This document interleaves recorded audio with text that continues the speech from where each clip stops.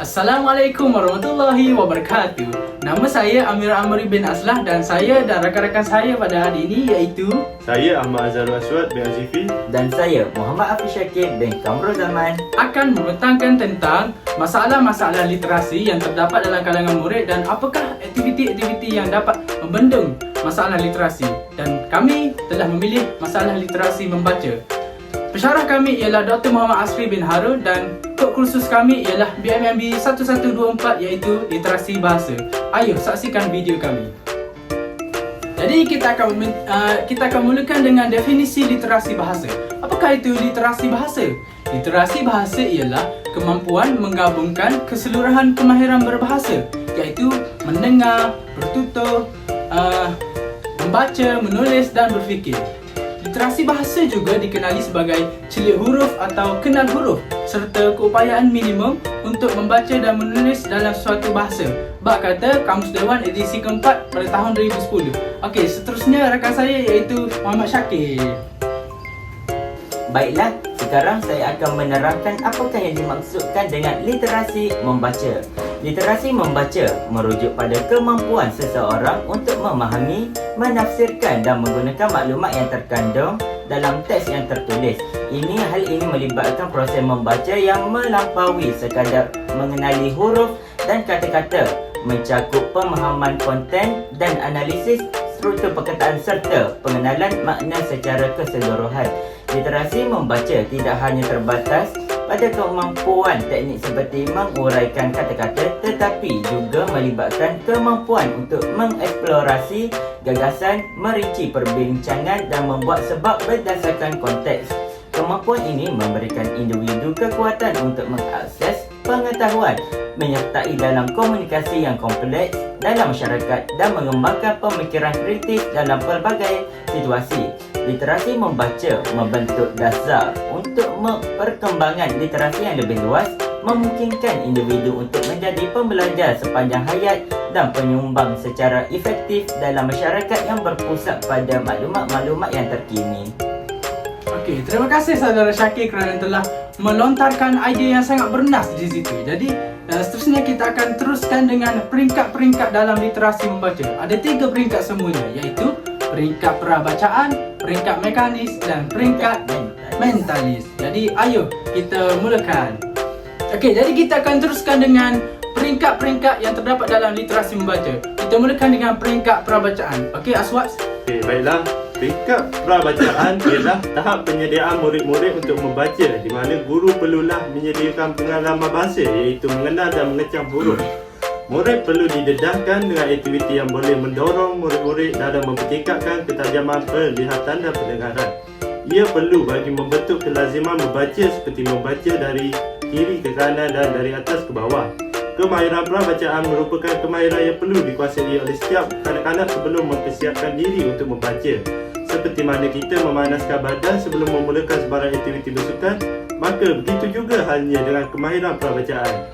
Kemahiran prabacaan merupakan suatu proses ataupun langkah penyediaan minda kanak-kanak untuk meningkatkan kefahaman dan kemahiran mereka untuk membaca. Semasa proses prabacaan, guru perlulah menyediakan pengalaman bahasa iaitu mengenal dan mengecam huruf. Murid-murid perlu didedahkan dengan aktiviti yang boleh mendorong murid-murid dalam mempertingkatkan ketajaman dan penglihatan. Okey, seterusnya yang kedua ialah menurut laporan profil membaca rakyat Malaysia 1996, didapati 79% kanak-kanak 5 hingga 9 tahun boleh membaca. Ini menjadi bukti yang kanak-kanak boleh membaca di peringkat awal. Menurut Undang-Undang 1992, kanak-kanak yang berumur 3 hingga 6 tahun perlu diberikan galakan mengembangkan bahasa mereka melalui aktiviti lisan, cerita dan nyanyian. Selain dari itu, mereka juga memerlukan bimbingan dalam kemahiran pratulisan dan prabacaan. Itu saja daripada saya. Sekian, terima kasih. Kita berbalik kepada Amirul. Okey, jadi saya akan teruskan dengan peringkat mekanis dalam literasi membaca. Pada peringkat ini, murid sudah boleh membunyikan huruf, suku kata, perkataan, frasa dan ayat-ayat mudah. Sebagai contoh, Ali dapat membaca, murid itu sedang membaca buku. Jadi Ali dapat menyebutkan satu-satu. Mereka juga boleh membatang perkataan yang mengandungi suku kata terbuka dan tertutup. Murid juga boleh membaca secara kuat dengan menyuarakan tulisan dengan sebutan yang jelas dan terang pada peringkat ini. Dan peringkat mekanis juga ialah bacaan bersuara yang menyuarakan tulisan dengan sebutan yang jelas dan terang, dengan intonasi dan irama mengikut gaya membaca yang betul, dengan menggerakkan alat-alat pertuturan seperti mulut dan suara serta bibir. Bacaan bersuara biasanya dilaksanakan di kelas-kelas rendah atau pada peringkat kelas permulaan. Selalunya pada peringkat sekolah rendah lah. Jadi gunanya ialah untuk melatih teknik supaya kanak-kanak dapat menyembunyikan bunyi-bunyi sebutan dengan sebutan, gaya dan rentak irama yang sempurna. Jadi itu sahaja daripada saya. Kita kembali dengan Syakir, iaitu peringkat mentalis. Baiklah, sekarang giliran saya untuk menerangkan tentang bacaan mentalis. Bacaan mentalis ialah bacaan yang disuarakan dalam hati atau menukarkan isi bacaan kepada maknanya tanpa mengeluarkan suara. Kelajuan bacaan mentalis lebih pantas daripada bacaan mekanis yang telah disebut oleh Saudara Amirul, kerana beberapa perkara yang dilakukan dalam bacaan mekanis seperti nada suara, sebutan yang jelas dan sebagainya. Bacaan mentalis ini dijalankan sesudah murid-murid mencapai kemahiran dan kecekapan bacaan mekanis. Terdapat beberapa tujuan. Salah satunya ialah untuk melatih murid-murid supaya boleh membaca dengan sendiri. Yang kedua, untuk melatih murid-murid membaca dan memahami apa yang dibacanya. Yang ketiga, untuk melatih murid-murid membaca dengan pantas. Saya rasa itu sahaja pada saya. Saya akan kembalikan kepada Saudara Amirul. Okey, jadi kita akan perincikan masalah-masalah literasi membaca dalam kalangan murid.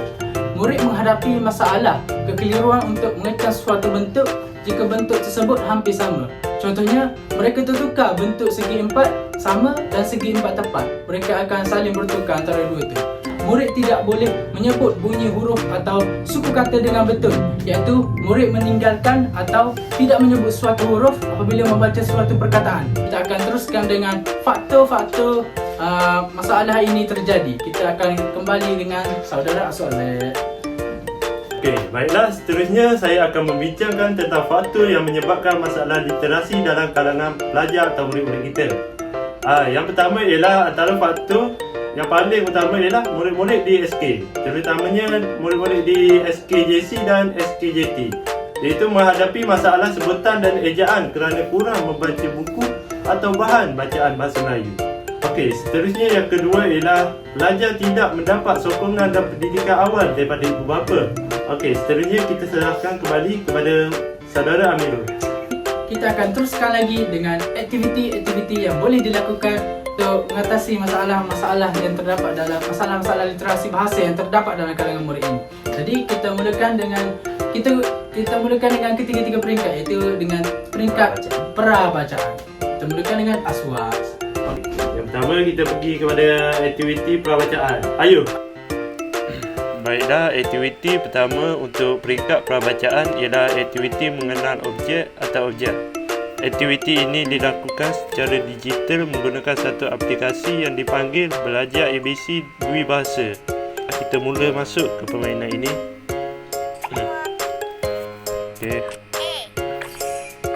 Okey, yang keempat ialah kita bermain permainan ini sambil didampingi oleh orang dewasa, guru-guru atau ibu bapa berada di sebelah mereka agar mereka dapat bertanya soalan ataupun bentuk abjad yang mereka kurang pasti.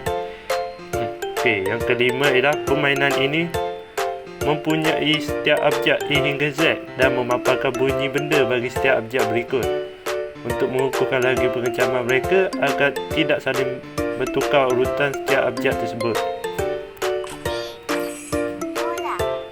Okey, di sini kita dapat lihat jenis abjad yang dilontarkan dan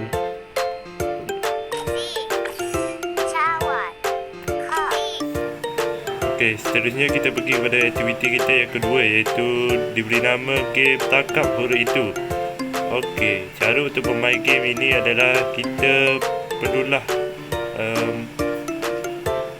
mengetik ataupun menekan huruf yang diberi. Seperti yang kita dapat ini ialah huruf F. Jadi kita perlu cari huruf F untuk menggerakkan kenderaan ini. Jadi lihat seperti yang saya buat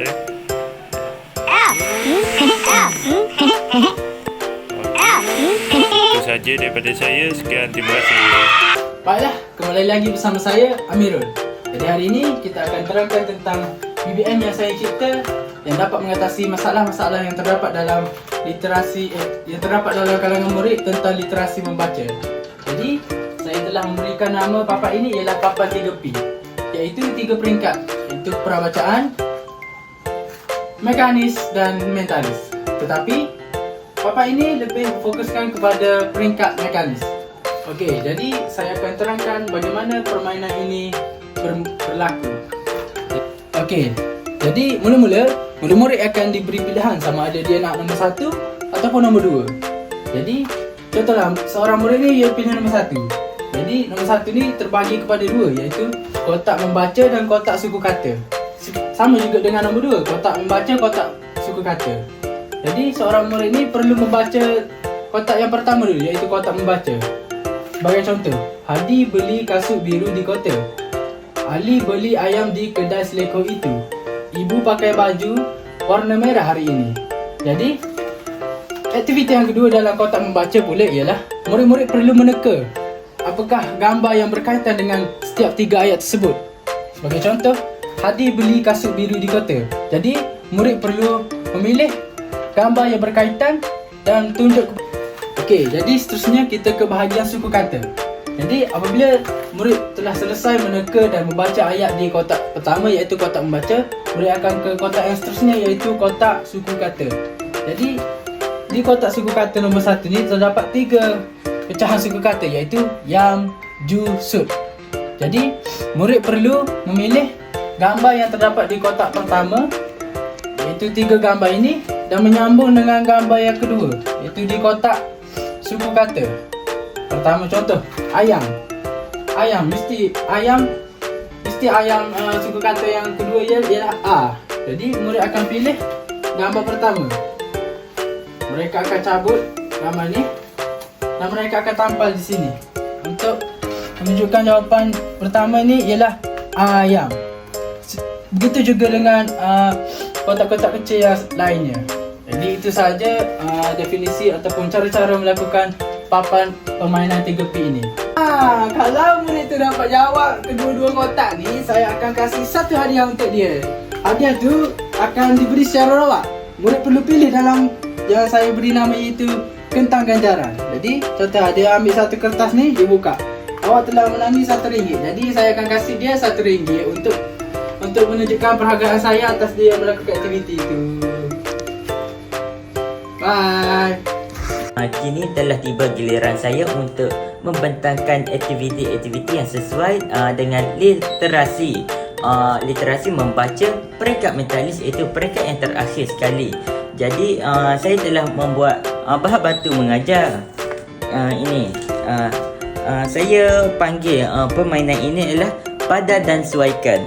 Jadi cara-cara memainkan permainan ini ialah murid-murid perlu melihat gambar rajah tersebut. Gambar rajah ini terlebih dahulu. Terdapat beberapa keping gambar seperti yang dilihat. Okey, jadi murid perlu mencari perkataan yang sesuai berdasarkan gambar ini. Jadi sebagai contohnya, gambar pertama ini adalah yoyo. Jadi murid perlu mencari perkataan yoyo di sebelah sini. Terdapat banyak pilihan seperti cili, paku, mata, sari dan sebagainya. Setelah Aswad, saya dan Syakir berbincang apakah aktiviti ataupun apakah aktiviti yang terbaik bagi mengatasi masalah literasi yang terdapat dalam kalangan murid. Jadi kami semua telah memilih papan 3P. Baiklah, terima kasih pada saudara Amirul. Apa yang saya dapat simpulkan dengan aktiviti papan 3P yang dihasilkan oleh saudara ini, kelebihannya ialah terlalu banyak. Saya dapat salah satu daripadanya ialah murid dapat belajar cara membaca dengan betul. Aktiviti 3P ini jelas mengatakan bahawa murid perlu membaca dengan kuat seperti Ayat pertama, Hadi beli kasut biru di kota. Murid perlu baca dengan kuat dan lantang supaya murid dapat faham. Yang kedua, kelebihan yang lain ialah murid dapat mengenali gambar yang berkaitan dengan ayat yang melibatkan peringkat prabacaan. Itu sahaja daripada saya. Kembali kepada Amirul. Kita teruskan kelebihan yang lainnya dengan Aswad Zaid. Seterusnya, saya akan membincangkan tentang kelebihan teori mekanis. Yang pertama ialah murid-murid juga dapat membatangi suku kata dan sebutan setiap suku kata dengan betul. Sebagai contoh suku kata ialah buku, yang mana mempunyai dua suku kata, bu dan ku. Kelebihan yang kedua ialah murid dapat peneguhan yang positif apabila mereka dapat hadiah yang boleh memberikan semangat pada mereka. Itu sahaja daripada saya. Sekian, terima kasih. Okey. Terima kasih saudara Aswad kerana telah memberi kelebihan-kelebihan yang terdapat pada papan 3P saya tersebut. Jadi tidak semestinya tidak semestinya papan 3P saya itu tidak mempunyai kekurangan, kerana setiap benda ada kelebihan dan kekurangannya tersendiri. Jadi saya akan teruskan dengan kelemahan-kelemahan yang terdapat pada papan 3P ini. Kita mulakan dengan Syakir di sini. Baiklah, terima kasih kepada Amirul. Kelemahan yang saya dapat temui yang utama ialah kemungkinan ada budak ataupun murid-murid yang belum menguasai kemahiran baca ini. Setiap peringkat katakan, yang pertama prabacaan, yang kedua mekanis, yang ketiga iaitu mentalis. Mungkin murid-murid tidak melepasi peringkat pertama iaitu prabacaan. Jadi untuk membaca papan 3P ini, murid akan menjadi suka ataupun jadi susah nak baca. Jadi menyebabkan murid itu tidak berminat. Jadi isu yang kita sedang hadapi sejak ini. Jadi kelemahan yang lain pula ialah murid-murid selalunya yang saya perhatikanlah, papan 3P ni yang saya buat sendiri ada ayat yang sama je, tak ada ayat yang lain. Jadi murid mungkin akan bosan ataupun murid akan pandai ayat ni je. Kalau murid diberi ayat lain, mereka akan keliru dan mereka tidak tahu bagaimana ingin membaca ayat tersebut. Kelemahan yang kedua pula atau kelemahan yang ketiga pula ialah BM ni agak kurang menarik kerana hanya mengambil gambar dan menampal. Itu akan kurang menarik perhatian murid untuk belajar dalam cara membaca. Dan kelemahan yang terakhir pula ialah murid akan keliru dengan suku kata kerana hanya diberi sebahagian suku kata. Jadi bagi murid yang belum menguasai suku-suku kata, mereka akan keliru. Mengapakah hanya ada perkataan yang, ju, sut di sini? Sedangkan tujuan saya untuk mencipta papan 3P ni, saya ingin meletakkan gambar di bahagian belakang ataupun di bahagian depan suku kata yang. Jadi saya rasa itu sahaja justifikasi untuk kumpulan kami semua pada hari ini. Kita akan teruskan dengan bahagian yang terakhir iaitu kesimpulan ataupun penutup. Okey, jadi setelah semua penerangan-penerangan yang diberikan oleh saya dan rakan saya pada hari ini, saya dapat simpulkannya ialah kelemahan murid menguasai kemahiran membaca ni dapat menjejaskan potensi serta motivasi dalam menguasai pelbagai kemahiran lain dalam mata pelajaran, terutamanya pelajaran bahasa Melayu lah. Jadi saya mengharapkan kerjasama semua pihak pengurusan yang saya mengharap agar mereka dapat membina iklim persekolahan yang kondusif dan persekitaran sekolah yang selamat yang dapat merangsang murid untuk bermotivasi supaya mereka terus belajar. Saya berharap semua aktiviti-aktiviti yang kami telah kemukakan pada hari ini dapat membantu murid bagi mengatasi masalah literasi membaca di kalangan mereka di setiap peringkat lah, peringkat pembacaan, peringkat mekanis, peringkat mentalis, dan saya harap saya dapat menjadi guru yang baik seperti juga rakan-rakan saya dapat membimbing murid-murid untuk pandai membaca, tidak membaca lah, semua bidang. Okey, jadi itu sahaja daripada kumpulan kami. Sekian, wabillahi taufiq wal hidayah. Assalamualaikum warahmatullahi wabarakatuh. Bye.